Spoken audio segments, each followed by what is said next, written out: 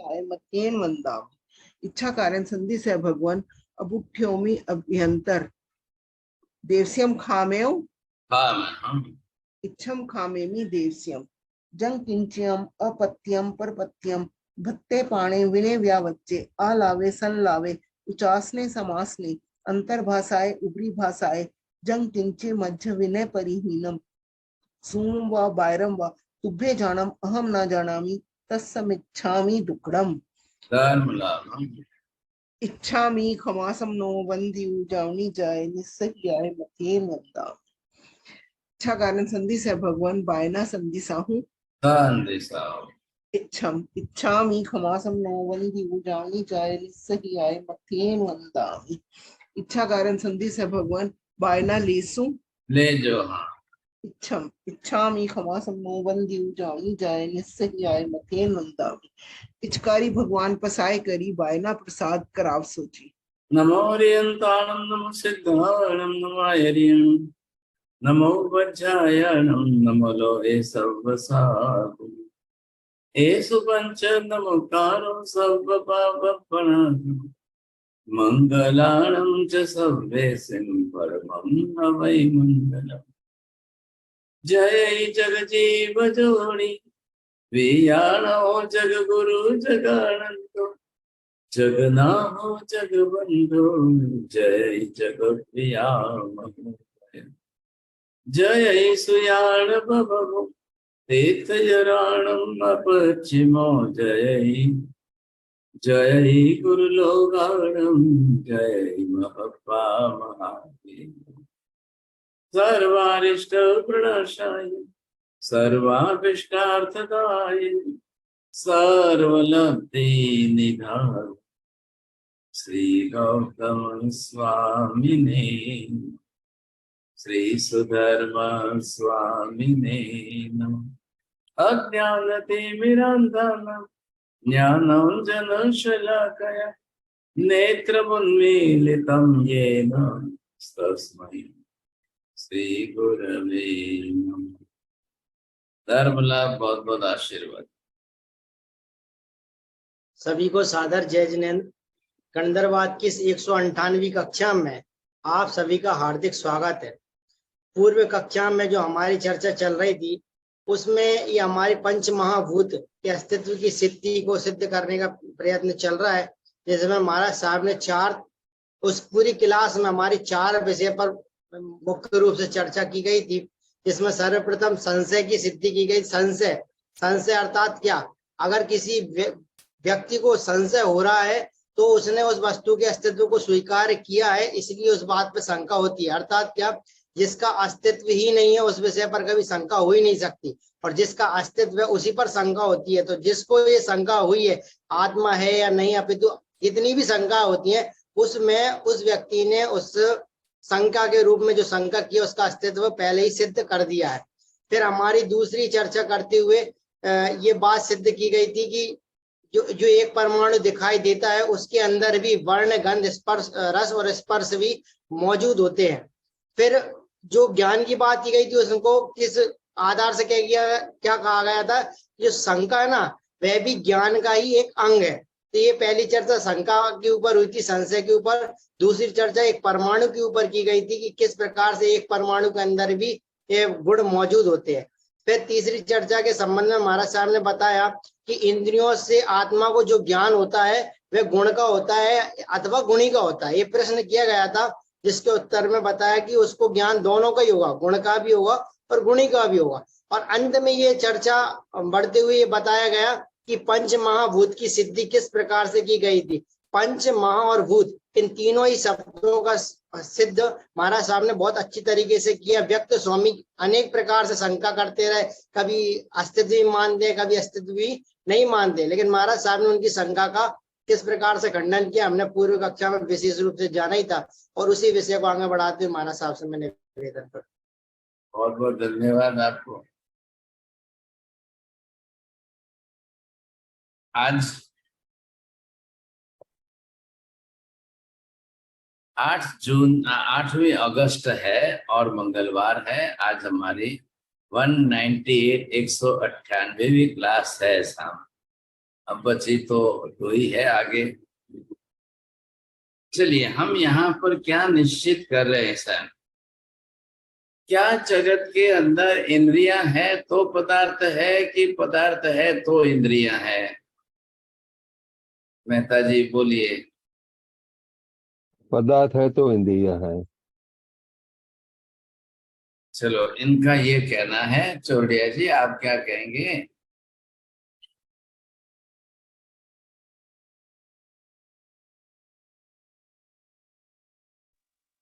बोलिए विपुल जी, आपको क्या ख्याल आ रहा है? पदार्थ है तो इंद्रियां हैं, कि इंद्रियां हैं तो पदार्थ है? अरे सब पदार्थ है तो इंद्रियां हैं, और इंद्रियां तो पदार्थ है, दोनों ही एक दूसरे के उसके आदि। चलो भाई साहब, दोनों तरफ बात कर रहे हैं आप तो। कैसे बैठाएंगे? अरे भाई साहब, पदार्थ है तो पदार्थ और इंद्रियों का संबंध कार्य कारण भाव नहीं है। और जिन लोगों को इंद्रियां कम होती है उनके लिए क्या व्यवस्था होगी? पदार्थों के हिसाब से आप बोलेंगे तो आत्मा भी है, आकाश भी है, धर्मास्तिकाय भी है, अधर्मास्तिकाय भी है। इनका तो इंद्रियों के साथ कोई संबंध ही नहीं होता है। तो पहले ये भी बैठाना है हमें, क्योंकि इंद्रियों के विषय में व्यक्त स्वामी ने काफी कुछ विचार विमर्श करके बात रखी थी। ये इंद्रियों को स्वीकारने तक आ गए थे। समझे? हम अभी क्या सोच रहे हैं कि अगर पदार्थ नहीं है तो इंद्रियां नहीं है, इंद्रियां नहीं है तो पदार्थ नहीं है। क्या ऐसा बैठा सकते हैं हम? बोलिए मेहता जी, बोलते जाइए। नहीं नहीं नहीं बैठा सकते हैं। हाँ, तो देखिए, पदार्थ का और इंद्रियों के साथ में होने न होने का संबंध नहीं है, ग्राह्य ग्राहक भाव का संबंध जरूर है। पदार्थ है, अब वो कौन सा पदार्थ है, कैसा पदार्थ है, क्योंकि उसके अंदर उसका तत्व होना बहुत जरूरी है। तो यहाँ बात ये आ रही है कि पदार्थ रूपी है तो इंद्रियां ग्रहण करेगी, पदार्थ अरूपी है तो इंद्रियों का विषय नहीं बन सकते हैं। लेकिन इंद्रियों से अगर हम देखने जाएं तो ये बात भी जरूर है कि इंद्रियां जीव ने बनाई क्यों? फिर अगर पदार्थ के साथ में संबंध नहीं जुड़ता है तो इंद्रियों की आवश्यकता ही क्या है? तो यहाँ पर बात यह है कि इंद्रियां है जरूर और पदार्थ भी है जरूर। समझे कि नहीं? अब इन दोनों के साथ में संबंध जोड़ना है आपको। इंद्रियों के कारण पदार्थ का अस्तित्व नहीं है, पदार्थों के अस्तित्व के कारण इंद्रियों का अस्तित्व नहीं है। दोनों बात को अलग अलग तरीके से बैठाइए, फिर ख्याल आ जाएगा। हाँ जी, अब आप देखेंगे कि इंद्रियां हैं तो इंद्रियां सक्रिय है कि निष्क्रिय है? इंद्रियां काम करती है कि नहीं करती है? क्या इंद्रियां होते हुए भी इंद्रियां निष्क्रिय है, काम नहीं करती है? किसी डायबिटीज वाले व्यक्ति की आंखें चली जाए, आंख गई है कि आंख की ज्योति गई है? क्या कहेंगे? हाँ, ज्योति गई है गुरु। आंख तो जो है वो है ही है, जैसी है वैसी है। लेकिन अब उसको आंख से जो देखने की क्रिया हो रही थी वो नहीं हो पा रही है, ज्योति चली गई है साहब। तो आंख के जाने से पदार्थ चले गए। अगर हम वहां पर पदार्थों के कारण इंद्रियां या इंद्रियों के कारण पदार्थ ऐसे सिद्ध करने जाए तो क्या पदार्थ के या इंद्रियों के चले जाने से पदार्थ चले जाते हैं, अर्थात नष्ट हो जाते हैं? ऐसा कोई कार्य कारण भाव का संबंध बैठता नहीं है, ये जरूर ध्यान में लीजिए आप। तो अब यहाँ पर क्या है कि चलो इंद्रियां तो है, अब आप क्या करेंगे बताएंगे? जो इंद्रियों से दिखता है वह है, जो इंद्रियों से नहीं दिखता है वह नहीं है। तो कैसे समझना? मैं ये पूछता हूं कि इंद्रियों से दिखाई देवे तो ही अस्तित्व है, इंद्रियों से दिखाई न दे तो अस्तित्व ही नहीं है। क्या ऐसा आप नियम बना सकते हैं? हंसाबेन बोलो। जी नहीं, ऐसा संबंध नहीं बना सकते। अच्छा, अब जैसे मुझे इंद्रियों से गधे के सिर पर सींग नहीं दिखाई दिए, खरगोश के सिर पर सींग नहीं दिखाई दिए, तो क्या मुझे नहीं दिखाई दिए इसका मतलब खरगोश के सींग होते ही नहीं है कि गधे के सींग होते ही नहीं है? मेरे को नहीं दिखाई दिया इसका मतलब होते ही नहीं है। जो मेरे को दिखाई दिए तो समझ लेना कि होते हैं। तो ऐसा नियम बैठ सकता है? आशाबेन कैसे बैठेगा? इससे नियम बैठ ही नहीं सकता है, क्योंकि जब इंद्रिया ग्रहण नहीं कर सकती है तो अपनी इंद्रिया जो काम नहीं करती है वो दूसरी बात है, लेकिन जो है वो जो जिसका अस्तित्व जिस तरह है, इंद्रिया और पदार्थ, इंद्रिया और पदार्थ का जन्य जनक भाव नहीं है, कार्य कारण भाव नहीं है, सिर्फ ग्राह्य ग्राहक भाव संबंध बैठता है। इंद्रियां पदार्थों को ग्रहण करती है कि पदार्थ के गुणधर्मों को ग्रहण करती है? ऐसा सुराना जी बोलेंगे आप?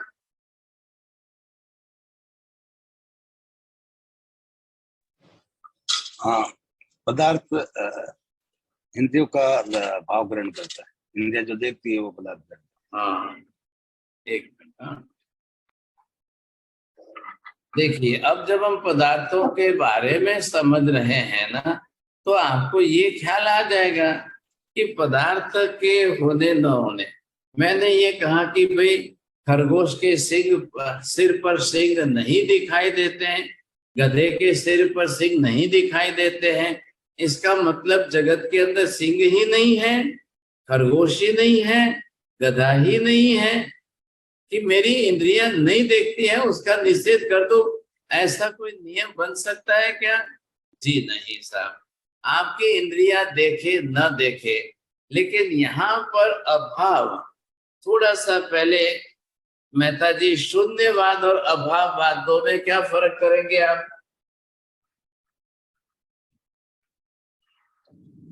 शून्यवाद में अस्तित्व का होना ही नहीं होता है, जबकि अभाववाद में, हाँ, अभाववाद में भी तो वही है साहब जी। आप क्या शून्य को ही अभाव कहते हो या अभाव को ही शून्य कहते हो? ऐसा कुछ है क्या? विपुल जी समझने की कोशिश करिए, आप बताइए। जी महाराज साहब, शून्य को ही अभाव कहेंगे। देखिए, पहले दो में फर्क करिए साहब। शून्यवाद का सीधा तात्पर्य अस्तित्व का अभाव, और यहाँ अभाववाद के अंदर क्या आएगा? नियम क्या है? जिसका सद्भाव होता है, जिसका सद्भाव होता है उसी का अभाव संभव है।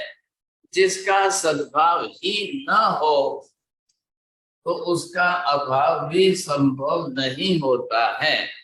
नियम बैठाइए पहले। सद्भाव का होना मतलब एग्जिस्टेंस, अस्तित्व। अब जिसका अस्तित्व हो उसी का अभाव कहेंगे आप। अगर जिसका सद्भाव ही नहीं है तो उसका अभाव हो ही नहीं सकता है। लेकिन शून्यवाद वाले पहले अस्तित्व ही स्वीकार नहीं करते हैं, वो कहां से अभाववाद अर्थ बैठाएंगे सर? उनका विषय अलग ही हो जाता है, समझे कि नहीं? वो इसको नहीं स्वीकार करेंगे। तो यहाँ आप देखेंगे, आपको ये ख्याल आ जाएगा क्या है, कैसा है अभाववाद, कैसा है। तो ये पहला नियम हो गया कि सद्भाव है उसका अभाव है। पहले सद्भाव में अस्तित्व स्वीकार करेंगे, जिसका अस्तित्व स्वीकार करेंगे उसका होना तय है। उसके बाद में आप उसको बोलिए आप कि नहीं नहीं नहीं ये तो अभाव हो गया है। तो वस्तु का स्वीकार करने के बाद अभाव होता है। शून्यवाद क्या है? वो अस्तित्व को स्वीकार नहीं करता है और वो शून्य बोल देता है पहले से ही। तो फिर यहाँ व्यक्त स्वामी को पूछा जा रहा है कि आप पांचों पदार्थ, ये महाभूत जो है, इनका आप शून्यवाद स्वीकारते हो कि इनका अभाववाद स्वीकारते हो? आ रहा है समझ में? चोटिया जी पहले ध्यान देना, विषय को पकड़ने की कोशिश करना। हाँ माँ समझ रहा हूँ। हाँ, तो मतलब क्या है? पृथ्वी, पानी, अग्नि, वायु, आकाश, आप इनका अभाव सिद्ध करते हो कि आप इनको शून्यवाद सिद्ध करते हो? तो ये व्यक्त स्वामी स्पष्ट कहते हैं कि भाई मैं तो अभाववादी नहीं हूं, मैं तो शून्यवादी हूं। जब शून्यवादी है तो फिर आप किसी का भी शून्यत्व स्वीकार करेंगे, अस्तित्व का अभाव। तो ये कैसे होगा फिर? तो आपका शून्य कैसे नहीं है? आपकी इंद्रियां क्यों स्वीकार की? आपने अपने खुद का अस्तित्व क्यों स्वीकार किया? आपने अपनी इंद्रियों से ग्राह्य चक्षु और अचक्षु में से कान, चक्षु इंद्रिय से जो दिख रहा है, आपका शरीर आपको दिख रहा है कि नहीं? आप कान से ध्वनि सुन रहे हो कि नहीं? अब वो फंसे हुए हैं, बरोबर समझे कि नहीं? फंसे हुए होने के कारण अपना भी अस्तित्व स्वीकारा, शरीर का अस्तित्व स्वीकारा, इंद्रियों का अस्तित्व स्वीकारा, इंद्रिय से जिसका ग्रहण होता है उसका अस्तित्व स्वीकारा। तो आपने तो शून्यवाद तो उड़ गया बात, शून्यवाद तो आपका सिद्ध ही नहीं हो रहा है, समझे कि नहीं? तो अब आप ये बोलिए ना कि अभाववाद स्वीकारते हो, तो फिर व्यक्त स्वामी हाँ भरने लगे, सब बात तो आपकी सही लग रही है। तो जब आप शून्यवाद का जो है अस्तित्व नहीं है, तो आप शून्यवाद का आग्रह क्यों रखते हो? देखिए, दार्शनिक दृष्टि से इनकी लड़ाई में इनका हथियार बहुत सही है कि पहले आप शून्यवाद पर आ रहे हो कि अभाववाद पर खड़े हो। क्योंकि शून्यवाद स्वीकारने के बाद भी आपने अनित्यवाद और क्षणिकवाद स्वीकारा है, वो दोनों परस्पर विरुद्ध बात होती है। ऐसा अभाववाद स्वीकारोगे तो आप क्षणिकवाद और अनित्यवाद स्वीकार सकते हो, लेकिन शून्यवाद स्वीकारने के कारण अनित्यवाद और क्षणिकवाद कभी संभव ही नहीं हो सकता है। वस्तु का अस्तित्व हो तो अब आप उसको क्षणिक सिद्ध करिए या अनित्य सिद्ध करिए। जब वस्तु है ही नहीं, अस्तित्व ही नहीं स्वीकारते हो, तो ये क्षणिक और अनित्य ये क्या है? ये कैसे आप स्वीकारोगे? मेहता जी, क्षणिक और अस्तित्व, ये अनित्य, ये क्या है? क्षणिक में समय की एक कुछ क्षण के लिए ही वो रहता है। अरे उसका भाई अस्तित्व साहब, है। एक शब्द बोलना, ये धर्म है, वस्तुगत धर्म है। वस्तु का अनित्य होना एक धर्म है, वस्तु का क्षणिक होना एक धर्म है। ध्यान रखना, मैं गुण नहीं बोल रहा हूं। तो ये जो अनित्य होना या क्षणिक होना, ये वस्तु के सद्भाव के साथ ही बैठेगा, शून्यवाद के साथ नहीं बैठेगा। मतलब हुआ कि जब आप अनित्यवाद स्वीकार रहे हो या क्षणिकवाद स्वीकार रहे हो, इसका मतलब आपने वस्तु के अस्तित्व को स्वीकार कर लिया है, तो शून्यवाद आपका उड़ गया है। अब वस्तु का अस्तित्व स्वीकार करते ही अभाव कहने का अर्थ क्या होगा? या तो वस्तु अपने धर्म से अभावात्मक है, लेकिन कब अभाव बना? सद्भाव था तो अभाव बना, सूर्य था तो ग्रहण हुआ, सूर्य ही नहीं था तो ग्रहण कहां से होता? अरे ये बात समझ में? भाई जन्म हुआ था इसलिए मृत्यु हुई है, तो मृत्यु के बाद अब आप अभाववाद का व्यवहार करेंगे, शून्यवाद का व्यवहार करोगे तो जन्म ही नहीं होगा फिर तो जन्म होना, मृत्यु होनी, सद्भाव होना, अभाव होना। अब अनित्य कहते हो तो अनित्य का विरोधी धर्म कौन सा है? नित्यवाद है। क्षणिक कहते हो तो उसका विरोधी धर्म कौन सा है? नित्यवाद है। तो ये आपको बिल्कुल स्वीकारना ही पड़ेगा। आप वस्तु को स्वीकार करके वस्तु के एक ही धर्म को स्वीकारो और दूसरे धर्म का निषेध करो, ये भी अन्याय है, बैठता नहीं है। आप जब अनित्यवाद स्वीकारने को तैयार हो तो नित्यवाद भी स्वीकारना पड़ेगा। वो भी एक धर्म ही है। हाँ जी, अनित्यवाद का विरोधी धर्म नित्यवाद है। आ रहा है ख्याल में? क्षणिकवाद का विरोधी धर्म नित्यवाद है। तो महावीर ने तो आत्मा को भी नित्य उभयवादी कहा है। आ रहा है ना ख्याल में आपको? आत्मा स्वयं द्रव्य स्वरूप से त्रिकाल नित्य शाश्वत होते हुए भी शरीर में आती है, शरीर से छोड़कर जाती है, शरीर में जन्म लेती है, उत्पन्न होती है, नष्ट होती है। ये देह पर्याय जो धारण करना है, तो बार बार जन्मना, बार बार मरना, बार बार जन्मना, बार बार मरना, इसके कारण अनित्यवाद सिद्ध हो रहा है। लेकिन मूलभूत आत्मा द्रव्य के सदाकाल रहने से नित्यवाद सिद्ध हो रहा है। तो आप दोनों को साथ में लेकर के अपेक्षा भाव से बोलिए, आत्मा कैसी है? नित्य नित्य नित्य नित्यवादी है। आत्मा कैसी है? नित्य नित्य उभय पक्षी है। एकांत नित्य भी नहीं कह सकते, एकांत अनित्य भी नहीं कह सकते। एकांत अनित्य कहेंगे तो जन्म मरण ही स्वीकारना पड़ेगा। एकांत नित्य कहेंगे तो बिना जन्म मरण की आत्मा बिल्कुल हमेशा के लिए नित्य हो जाएगी। तो दोनों का पक्ष, क्योंकि पर्याय दृष्टि से क्या देखते हो, द्रव्य दृष्टि से क्या देखते हो। द्रव्य दृष्टि से आत्मा त्रिकाल नित्य है, पर्याय दृष्टि से अनित्य है। अब दोनों इकट्ठा करके बोलिए आप, द्रव्य और पर्याय को साथ में जोड़ करके आत्मा नित्य नित्य है। तो फिर शून्यवाद नहीं घटता है, ये बात है। शून्यवाद में आप शून्य पक्ष बोल करके पृथ्वी पानी अग्नि वायु आकाश का शून्यवाद कर दो और बाकी आपका और अन्य पदार्थों का फिर अस्तित्व स्वीकार कर लो। ऐसे नहीं होता है। शून्य का मतलब, इसलिए बुद्ध ने वहां पर सर्वम शब्द आगे जोड़कर बोला है, सर्वम शून्यम।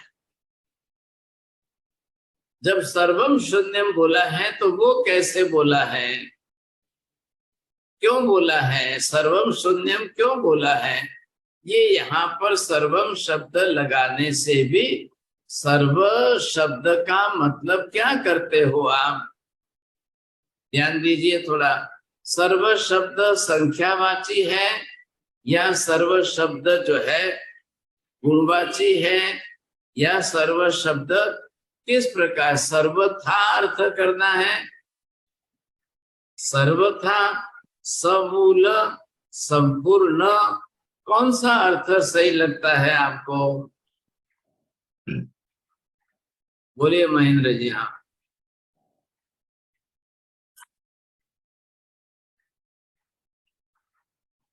चलिए ठीक है, मेहता जी बोलिए। उनपे संपूर्ण और सर्वथा ये दोनों भी बैठ सकते हैं शून्य में। देखिए यहाँ बुद्ध ने सर्वम शब्द संख्यावाची जोड़ा है। तो फिर ये पूछिए आप, शून्यवाद स्वीकारने से सर्वथा अस्तित्व का अभाव हो गया, तो सर्वम शब्द क्यों जुड़ा है? सर्वम शब्द किसके लिए आ रहा है? बुद्ध ने बौद्ध दर्शन के अंदर सर्वम शब्द क्षणिक के साथ भी जुड़ा है, अनित्य के साथ भी जुड़ा है, शून्यवाद के साथ भी जुड़ा है। तो यहाँ परस्पर विरोधाभास आ रहा है, परस्पर विरुद्धता वाक्य की रचना है। तो सर्व शब्द किसके लिए रखा है आपने? संख्या के लिए रखा है। तो संख्या किसकी होती है? संख्या पदार्थों की संख्या होती है। गणना किसकी की जाती है, उसके लिए संख्या शब्द का प्रयोग है। तो जिसकी आप गणना कर सकते हो, जो गिन सकते हो, उसके लिए संख्या है। तो ये संख्या शब्द से क्या सिद्ध होता है? सर्वथा सब कुछ शून्य सिद्ध नहीं होगा। आपने सर्वम शब्द संख्या के लिए लाया तो पृथ्वी भी, पानी भी, अग्नि भी, वायु भी, आकाश भी, ये सर्व आपने संख्या से निर्धारित किया है और इनके लिए आपने पंच शब्द दिया है। तो पंच शब्द दे करके पंच महाभूत, अब ये संज्ञा दे करके आपने सामने पदार्थों का अस्तित्व भूत के रूप में स्वीकारा है। उसके गुणवाची शब्द जोड़ करके महाशब्द विस्तारवादी सूचित किया है और उनकी पंच शब्द संख्यावाची सूचित किए। तो जब भूत भी है, महा भी है और पंच भी है, तो शून्यवाद तो बैठता ही नहीं है। शून्यवाद तो आपका सिद्ध होता ही नहीं है साहब। ये बात पहले स्वीकारिए आप, तब जाकर के व्यक्त स्वामी भी अब सिर खुजलाने तो लग गए कि हाँ आपकी बात तो सही लग रही है, बिल्कुल बात तो सही लग रही है। हाँ, जब आपने देखो कि पंच शब्द भी स्वीकारा, महाशब्द, आपने इन शब्दों का प्रयोग क्यों किया? इन शब्दों का प्रयोग करने का प्रयोजन क्या है? इससे यह सिद्ध होता है कि वस्तु का सद्भाव है, अस्तित्व है। वो कैसा है? महा। महा का मतलब क्या है? विस्तार में है, सब विशाल स्वरूप में है। आकाश कैसा है? विराट स्वरूप में है। पृथ्वी आदि, पानी आदि क्या है? विशाल स्वरूप में है। समुद्र के सामने जाकर खड़े रहते हो और उदधि महासागर, ये देख करके आप जिस प्रकार से कहते हो, तो वो क्या हो गया? वो विस्तार सूचित कर रहा है। किसका विस्तार सूचित कर रहा है?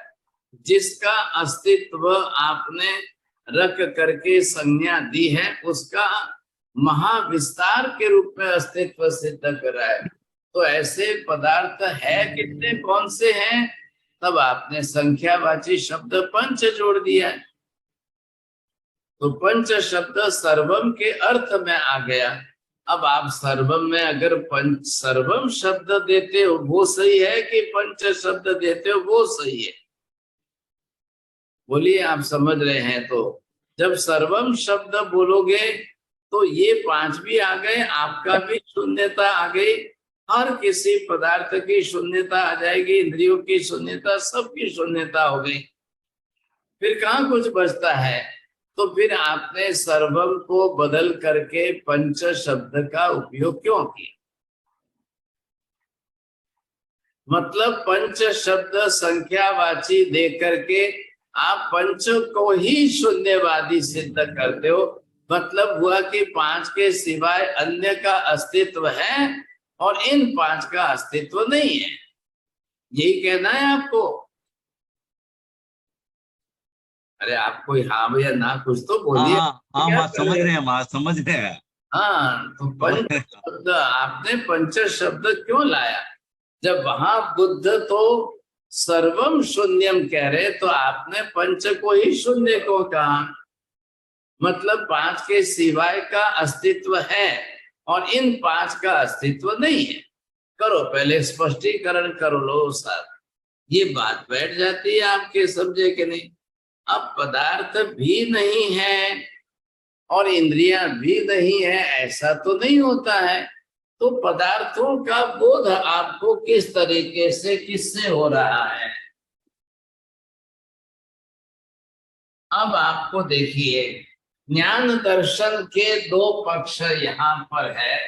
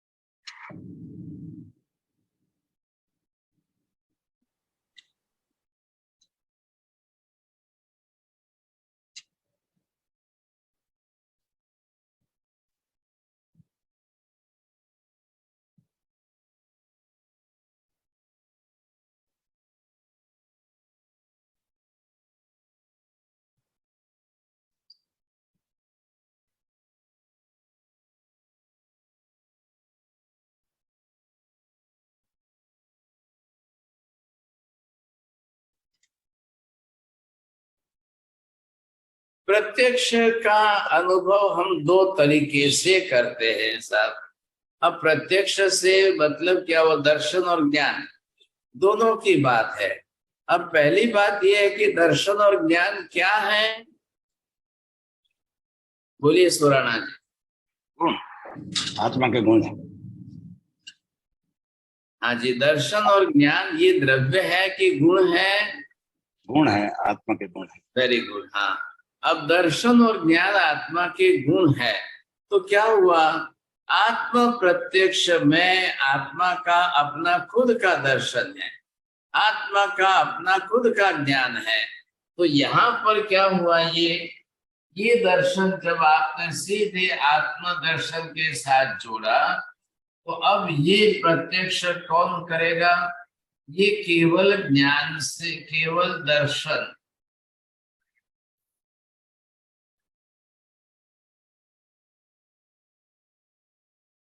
ये केवल दर्शन से भी आप पदार्थों को देख सकते हो। अब ये केवल दर्शन से, और यहां से आपने ये ज्ञान लिया तो केवल ज्ञान से।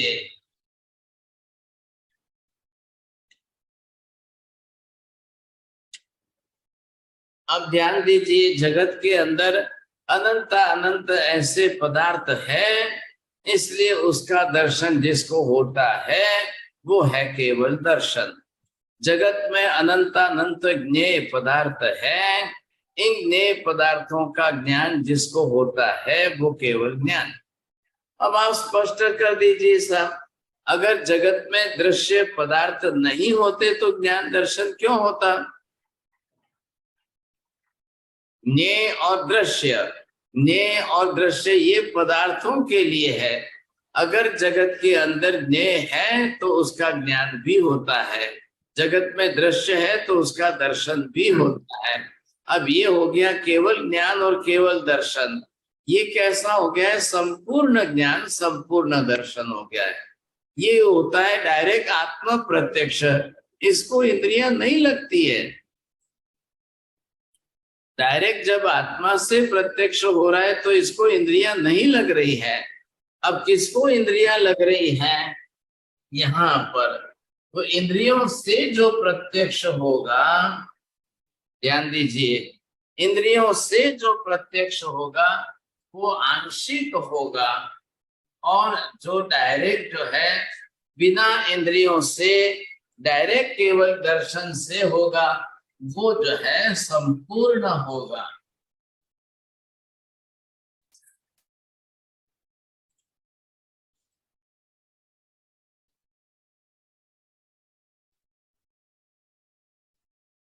तो ये परिपूर्ण रूप में, संपूर्ण शब्द है परिपूर्ण अर्थ में। इंद्रियों से जो होना है वो आंशिक ही होगा। इंद्रियों से आपने मैंगो देखा, मैंगो देखा तो वो एक अंश का आंशिक दर्शन हुआ, लेकिन अभी वो खट्टा है, मीठा है, कैसा है, कच्चा है, पका है, ये आपकी आंख अभी सब विषय का पूर्ण रूप से ज्ञान दर्शन नहीं कर पा रही। लेकिन यहाँ से केवल दर्शन से जब होगा तब तो फिर सवाल ही नहीं खड़ा होता है, क्योंकि केवल दर्शन की कोई लिमिट सीमा मर्यादा नहीं है, केवल ज्ञान की कोई लिमिट सीमा मर्यादा नहीं है साहब, ये पूर्ण रूप में ही करते हैं। ये बात भी इतनी ही सही है। तो यहाँ पर आप देखिए, तो ये जो इंद्रियां जब प्रत्यक्ष ग्रहण करती है तो इंद्रियां किसको ग्रहण करती है? इंद्रियां जिसको ग्रहण करेगी, जिसके अंदर इंद्रियों के ग्राही गुण जिसमें होंगे वैसे को ही ग्रहण करेगी, नहीं तो नहीं करेगी। क्या समझ में आया जैन साहब, बोलिए। महाराज साहब, आपने 2 दिन पहले बताया था कि दर्शन और ज्ञान प्रत्यक्ष और प्रोक्ष। प्रत्यक्ष तो है इंद्रियों के द्वारा, प्रोक्ष आपने कहा था जय इंद्रियों की जरूरत नहीं है। अब मेरे को गलत भी हो सकता है, आपने ये कहा था कि ये अलग रखा है, परोक्ष अलग रखा है, वहां कहाँ गए आप? अच्छा, अभी इसी की बात तो चल रही है। इसमें तो लास्ट टाइम आपने लिखा था इंद्रियों के द्वारा जो ज्ञान दर्शन होता है वो प्रत्यक्ष है। हाँ बरोबर है। हाँ, प्रोक्ष में लिखा था इंद्रियां नहीं है, लेकिन आत्मा डायरेक्टली उसको ग्रहण करती है, उसको प्रोक्ष बोलते हैं। नहीं आपकी नहीं ये बात है। हाँ हाँ, आपकी बात सही है। अभी इधर क्या ध्यान देना है, इंद्रियां नहीं होते हुए डायरेक्ट आत्मा से प्रत्यक्ष करो, वो भी प्रत्यक्ष है। ठीक है महाराज साहब, ठीक है, आप समझ में आ गया। प्रत्यक्ष के ही दो डिवीजन किए हैं, अच्छा अच्छा, इंद्रिय प्रत्यक्ष और आत्म प्रत्यक्ष। ओके ओके, बरोबर है। प्रत्यक्ष में दो हैं। परोक्ष वाला भी बिना इंद्रिय के, जिसको इंद्रिय नहीं ग्रहण करती है उसको अनुमान से परोक्ष से सिद्ध करिए। लेकिन यहाँ दो डिवीजन है, परसों की बात में आज की बात में थोड़ा सा आगे बढ़िए आप, ठीक है, तो यहाँ आपको ये ख्याल आ जाएगा। तो ये भी किसको है, जब इंद्रियां है, इंद्रियां ग्रहण करती है, इंद्रियों से ग्रहण होता है, तो इंद्रियों और पदार्थ एक रूप नहीं है, ग्राह्य ग्राहक भाव संबंध से दो है। जिसको ग्रहण करना है वो, और जो ग्रहण करती है वो। तो जिसको ग्रहण करना है उसको सामने पदार्थ के रूप में होना जरूरी है। अच्छा, इंद्रियों की एक लिमिट आ गई साहब, क्या लिमिट आ गई, इंद्रियां जिस प्रकार की जैसी ग्रहण शक्ति वाली है उसी पदार्थ को इंद्रियां ग्रहण कर पाएगी। लेकिन आत्मा के लिए डायरेक्ट प्रत्यक्ष करना है तो आत्मा का भी होगा, आकाश का भी होगा, धर्मास्तिकाय का भी होगा, धर्मास्तिकाय का भी होगा। महाराज साहब आपने लास्ट टाइम बोला था प्रत्यक्ष का मतलब है प्रति प्लस अक्ष, बरोबर है ना। तो फिर इसमें आत्मा कहाँ से आ गई महाराज साहब, सेकंड डिवीजन?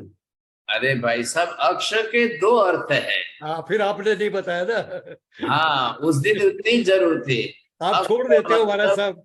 अक्ष का मतलब इंद्रियां भी है, और अक्ष का मतलब इंद्रियों से ग्रहण करने वाला आत्मा वो भी है। तो इंद्रियां तो माध्यम बनी, इंद्रियां तो साधन बनी, इंद्रियों से डायरेक्ट ग्रहण करने वाला कौन है, आत्मा, आत्मा है। अंदर आत्मा न हो तो इंद्रियां भी नहीं काम करेगी साहब, आत्मा ही न हो तो इंद्रियां बनाएगा कौन साहब, बन ही नहीं सकती है।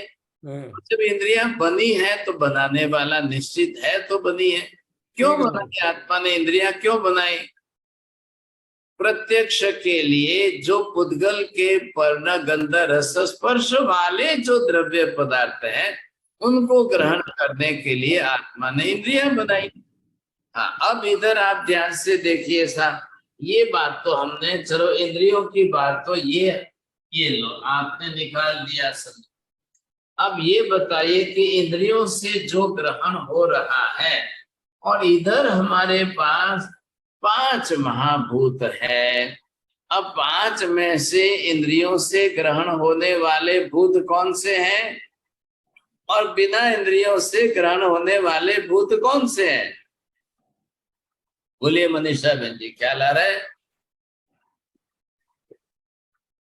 गुरुजी, जो ग्रहण होने वाले पृथ्वी हो गया, जल हो गया, अग्नि हो गया, वो वायु नहीं हुआ जी। बोलिए सुराणा जी, ये अधूरा बोल करना, आप बात इतना पूरी करना। वायु भी होगा साथ में, और आकाश नहीं होगा। बोलो हंसा बहन, बोलो। हाँ गुरुजी, इंद्रियों से ग्रहण होने वाला पृथ्वी, पानी, अग्नि और वायु होंगे, लेकिन बिना इंद्रिय ग्रहण होने वाला जो आकाश तत्व है वो अदृश्य। अब यहाँ पर ये बात आ गई, जो आप 3 डिवीजन इसमें से डिवीजन करके अलग कर दो। अव्यक्त स्वामी को पकड़ा जा रहा है। बोलिए भाई साहब, आप इंद्रियों से किसका ग्रहण करते हो?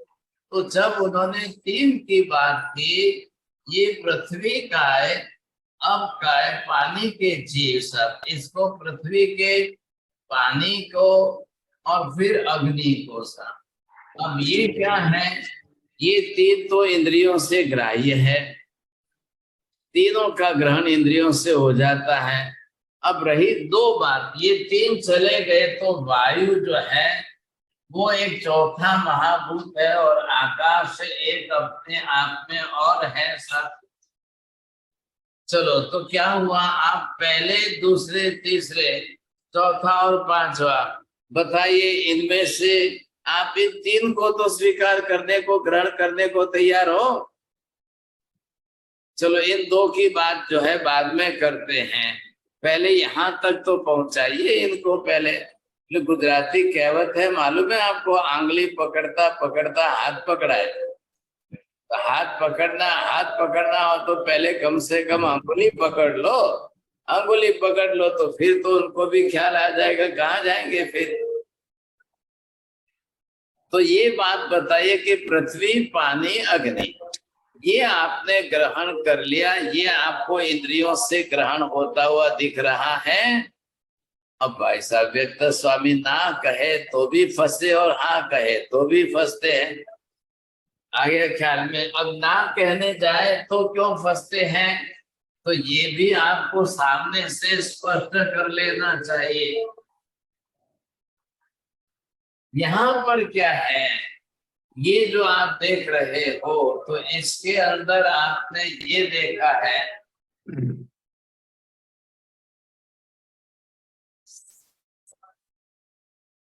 अब ये तो अंदर है कोई देखने वाला, ग्रहण करने वाला, लेकिन यहाँ से अब इसने क्या क्या देखा है, क्या सुना है पहले। चलिए, तो इधर आपने ये बताया कि पृथ्वी, ये पानी और ये अग्नि। हाँ जी बताइए, इनमें से किसको कौन सी इंद्रिय ग्रहण करती है? बोलो, दिलीप जी बोलेंगे, जयंत भाई शाह बोलना है आपको, राकेश जी बोलना है, चलो हीना बेन दोषी बोलना है। हाँ बोलिए। ये तीन है, ये तीनों को ग्रहण करने वाली कौन सी इंद्रिय है? या तीनों को इंद्रिय ग्रहण या इंद्रियों होते हैं? स्पर्शेंद्रिय। चलो ठीक है, और कोई? चक्षु इंद्रिय चक्षु इंद्रिय भी देख सकती है, स्पष्ट दिखता है ये सब आँख से। अभी तीन की बात है, क्योंकि दो का ग्रुप अलग कर दिया है। रसेंद्रिय होगा, रसेंद्रिय, चक्षु एंड खाने में सब कुछ जाएगा। सारी इंद्रियां हो गई गुरुजी, सारी इंद्रियां, 500 इंद्रिय हो गई मना से। आप करिए, ओपन करिए ना विंडो, क्या तकलीफ है? अभी आज नहीं जा रहा, बारिश नहीं है यहाँ पर है। तो यहाँ पर आप देखेंगे पृथ्वी, पानी, अग्नि। अब पहले क्या करिए आप, इंद्रियों के वर्ण, गंध, रस, स्पर्श में से किसकी क्या है वो ग्रहण पहले फिक्स कर दो, और फिर इनके अंदर वर्ण, गंध, रस, स्पर्श क्या कितने हैं वो फिक्स कर लो, फिर उसको इस इंद्रिय के साथ जोड़ दो, हो गई ना बात पूरी। बोलिए मीना बहन जी, what is the functioning system of the eyes and ears and nose and tongue and skin, you see? So with the eyes you can see, with the nose you can smell, with the tongue you can taste. With the eyes, with the help of eyes, what? You can see the earth, the water, the fire. You can see. Oh, वर्ण गुरुजी, वर्ण। आपको आँख के लिए सिर्फ colour बैठाइए, colour, okay. हाँ, फिर आपको इसके लिए only the smell, and for the tongue you just take the taste, and for the touch you see इंद्रिय, इसके लिए आपको touch, and for this you see the sound. अब पांचों इंद्रियों की फंक्शनिंग सिस्टम ये फिक्स है, यू कैन नॉट चेंज। जिस इंद्रिय से जो कार्य होना है वो फिक्स है, अब वो बदलेगा नहीं। तो ये आपको इसमें देखना है, कलर किसमें है, स्मेल किसमें है, टच किसमें है, टंग टेस्ट किसमें है, अब कौन सा गुणधर्म इनका बनेगा, वो कौन सी इंद्रिय ग्रहण करेगी? बहुत इजी है, सिंपल है। बोलिए साहब, आशा बेन बोलिए। बोल दूंगा, चलो। जी मैम है, जो आंख है वो कलर को सेंस कर वर्ण को देख सकती है, इसलिए वो पृथ्वी को, पानी को और अग्नि को, तीनों को देख तो लेंगी। वेरी गुड, एक इन्होंने एक स्पष्ट कर दिया साहब। अब बरोबर आपको ख्याल आ जाएगा एक गुणधर्म, क्योंकि कलर तीनों में है कि नहीं है? है। पानी में कलर है क्या चौड़िया जी? हाँ हमारा, हाँ पानी में कलर तो ही है महाराज, वर्ण तो ही है। पानी में उत्तर का कलर बनाओ है क्या? नहीं है महाराज। अभी आपके मित्र देखो, आप दोनों का झगड़ा आप निपट लो पहले। ना कोई झगड़ा नहीं है। नहीं गुरुजी वो है रिफ्लेक्ट करता है, पानी रिफ्लेक्ट करता है, कलर नहीं होता पानी का। बस देखो, ये भी आपसे विरुद्ध जा रहे हैं। अब दूसरा कुछ भी बोलना है, जब ये हाँ या ना बोलना तो एक शब्द का ही प्रयोग करना है। चलो, तो यहाँ पर कौन सी इंद्रिय किसको ग्रहण कर सकती है, ये बैठाना है। बोलिए जैन साहब। महाराज साहब, जो कलर है वो पृथ्वी का कलर होता है इधर सबको। अरे बोलने के बाद फिर वापस डाउट में कहाँ चले जाते हो? एकदम सही बोला है। चलो, ये आपके फ्रेंड है, देखो समझे। हाँ जी बोलिए साहब, किसको बोलना है?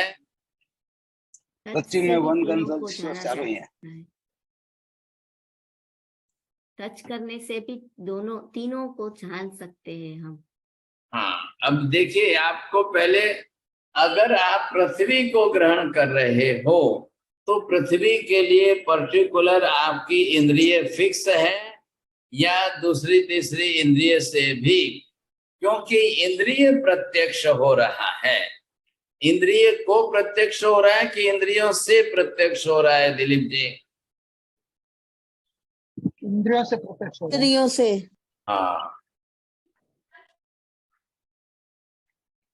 इंद्रियों को प्रत्यक्ष हो रहा है, हम नहीं बोलते हैं, ये पहले हमने डिस्कशन कर लिया है। अब बात है ये इंद्रियों से प्रत्यक्ष हो रहा है, तो प्रत्यक्ष क्या हो रहा है? प्रत्यक्ष द्रव्य हो रहा है कि गुण हो रहे हैं? द्रव्य और गुण हो रहे हैं, गुण। दोनों हो रहे हैं गुरुजी, दोनों। द्रव्य के बोलिए आंचलिया जी, बोलिए। गुण। द्रव्य और गुण दोनों हो रहे हैं महाराज साहब। वेरी गुड, हाँ जी।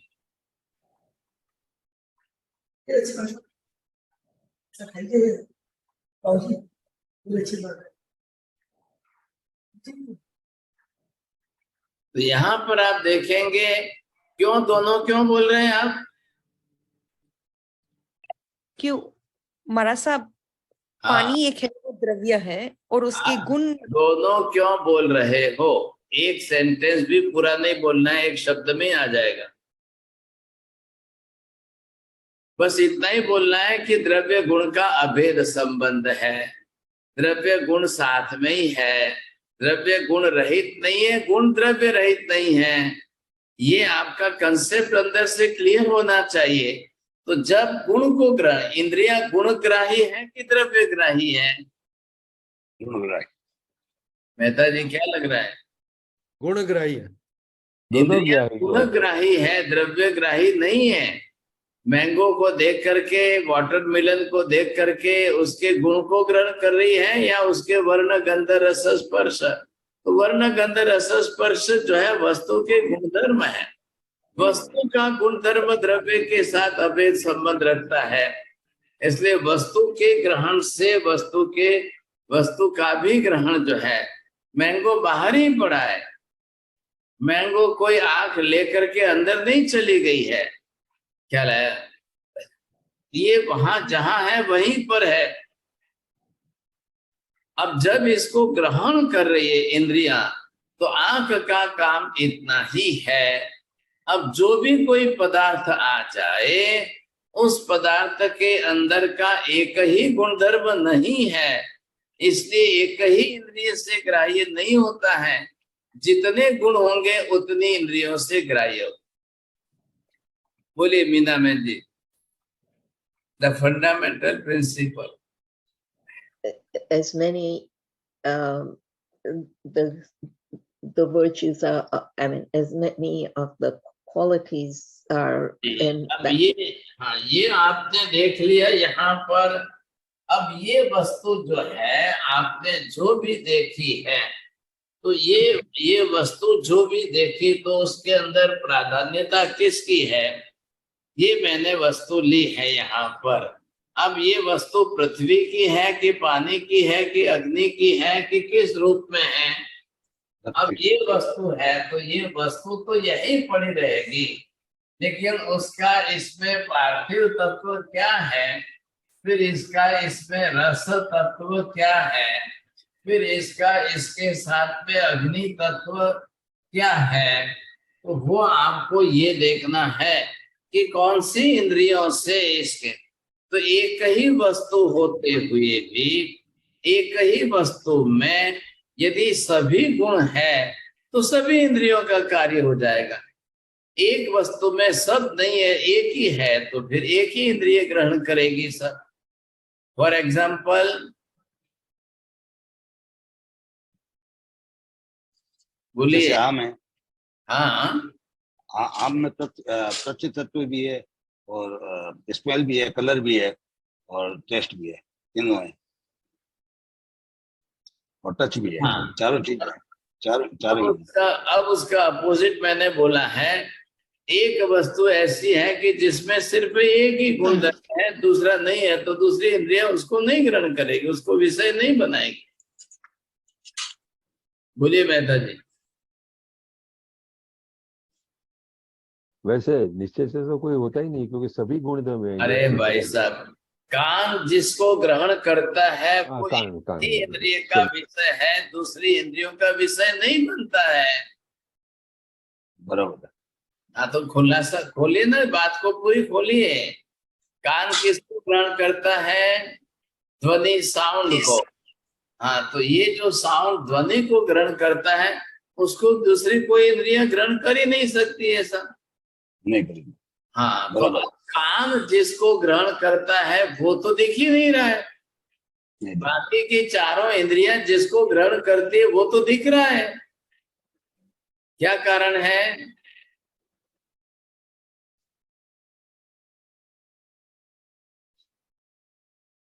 कि सब इंद्रियां अपना स्वतंत्र कार्य करती हैं। वेरी गुड, लेकिन मैंने क्या पूछा है आपको? कान जिसको ग्रहण करता है वो साउंड, वो वर्ण गंध रस स्पर्शात्मक नहीं है। वो पुद्गल का वर्ण गंध रस स्पर्शात्मक नहीं है, गुण नहीं है। वो शब्द स्वयं पुद्गल है। अरे ये बात ध्यान में, शब्द जो है, साउंड ध्वनि जो है, by itself it is the atoms, you see, वो खुद ही अपने आप में पुद्गल द्रव्य है। लेकिन वर्ण गंध रस स्पर्श ये खुद पुद्गल द्रव्य नहीं है, ये पुद्गल द्रव्य के गुण धर्म है।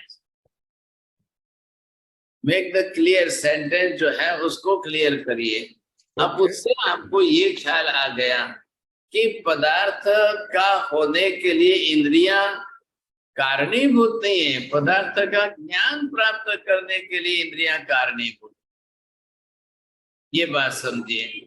तो पदार्थों का ज्ञान प्राप्त करने के लिए इंद्रियां कारणीभूत है, तो इंद्रियां जिसको ग्रहण करती है उस पदार्थ का अस्तित्व होना अनिवार्य है, तभी जाकर के इंद्रियों में वो गुण धर्म आया है। तो इंद्रियों में जो गुण धर्म आया उसके कारण उस पदार्थ को भी स्वीकार करिए, ग्राह्य ग्राहक भाव संबंध से। ग्राह्य ग्राहक भाव संबंध जो है वो दोनों का है, तो दोनों को साथ में स्वीकार करिए। ऐसा तो नहीं हो सकता है कि पदार्थ है और गुणधर्म ही नहीं है, या गुणधर्म है और पदार्थ ही नहीं है, या गुणधर्म होते हुए भी इंद्रिया ग्रहण ही नहीं कर सकती है, या गुणधर्म होते हुए भी पदार्थ नहीं है तो फिर कैसे ग्रहण करेगी। ये बातें विचार करने जैसी है, आप बरोबर उसके ऊपर ध्यान दीजिए। कल फिर मैं इसी बात पर आऊंगा थोड़ा सा सोच विचार करके चिंतन कर लीजिए। मैं सोचता था कि पूरा करूं, लेकिन अब आप जल्दी आगे बढ़ते नहीं हैं, तो मुझे वहीं थोड़ा घूट करके फिर वापिस बात बैठानी पड़ती है। ऐसा ये है, विषय ही ऐसा है। लेकिन अब देखिए विपुल जी भी वार्निंग तो दे रहे हैं, अब 2 ही क्लास बची है, अभी कैसे करेंगे सोचिए। चलिए, है प्रश्न है? शब्द तो साहब आपने बोला था ना पौदगलिक है शब्द जो है। हाँ बरोबर बोल रहा हूँ, अभी भी बोल रहा हूँ। तो पौदगल के तो वर्ण का दरस होता ही है। हाँ, वो होते ही है, लेकिन व्यक्त नहीं है ना। ओके। कि आंखें देख सके ऐसा तो नहीं है उसके पास। अच्छा। हाँ, अब शब्दों को आप जीभ से चाक करके बताएंगे मीठा है कि खट्टा है? ये भी सूक्ष्म होते हैं शब्द भी। ये बात है। तो ईयरड्रम्स को टच होता है ना, तो फिर स्पर्श उसमें रह सकेगा ना? बिल्कुल, लेकिन वो स्किन को टच आ गए क्या? स्किन को टच कर, जो यहाँ टच आप किसको कहेंगे? स्किन टच से ठंडे गर्म का स्पर्श का अनुभव होवे तो। लेकिन ये जो अंदर ग्रहण होता है, ये कान के जो ऑर्फन सेंटर में टच होता है, वो टच जो है ठंडे गर्म का अनुभव नहीं कराएगा। वो तो साउंड वेव्स वहां टच हो गई तो डायरेक्ट आत्मा में जाएगी, तब पता चलेगा कि म, अ, आ, वी, र, what type of wordings he is using, that is important, है ना? तो ये आपको समझना है। अब देखिए कल फिर प्रयत्न करते हैं, कोशिश करेंगे साहब। स्पर्श तो सबका होता है ना? नहीं, सबका मत बोलिए, सबका बोलने के पहले सोच ले। नमो नमो सिद्धांतम नमो वज्रायणम नमो लोहे सब सावरम एसु पंच नमोकारो सब पावपणासनम मंगलानं च सर्वे सिंपरमं हवै मंगलम। मंगलम भगवान वीरो मंगलम गौतम प्रभु मंगलम स्थूलिभद्राद्या जैन धर्मोस्तु मंगलम। चत्तारि मंगलम हरिहंता मंगलम सिद्धा मंगलम साहु मंगलम केवली पन्नतो धम्मो मंगलम। चत्तारि लोकोत्तम हरिहंता लोकोत्तम सिद्धा लोकोत्तम साहु लोकोत्तम केवली पन्नतो धम्मो लोकोत्तम। चत्तारि शरणं प्रव्रजामि हरिहन्ते शरणं प्रव्रजामि सिद्धे शरणं प्रव्रजामि साहु शरणं प्रव्रजामि केवली पन्नतं धम्मं शरणं प्रव्रजामि। सर्वमंगल मांगल्यं सर्वकल्याण कारणं प्रधानं सर्वधर्माणां जैनं जयति शासनम्।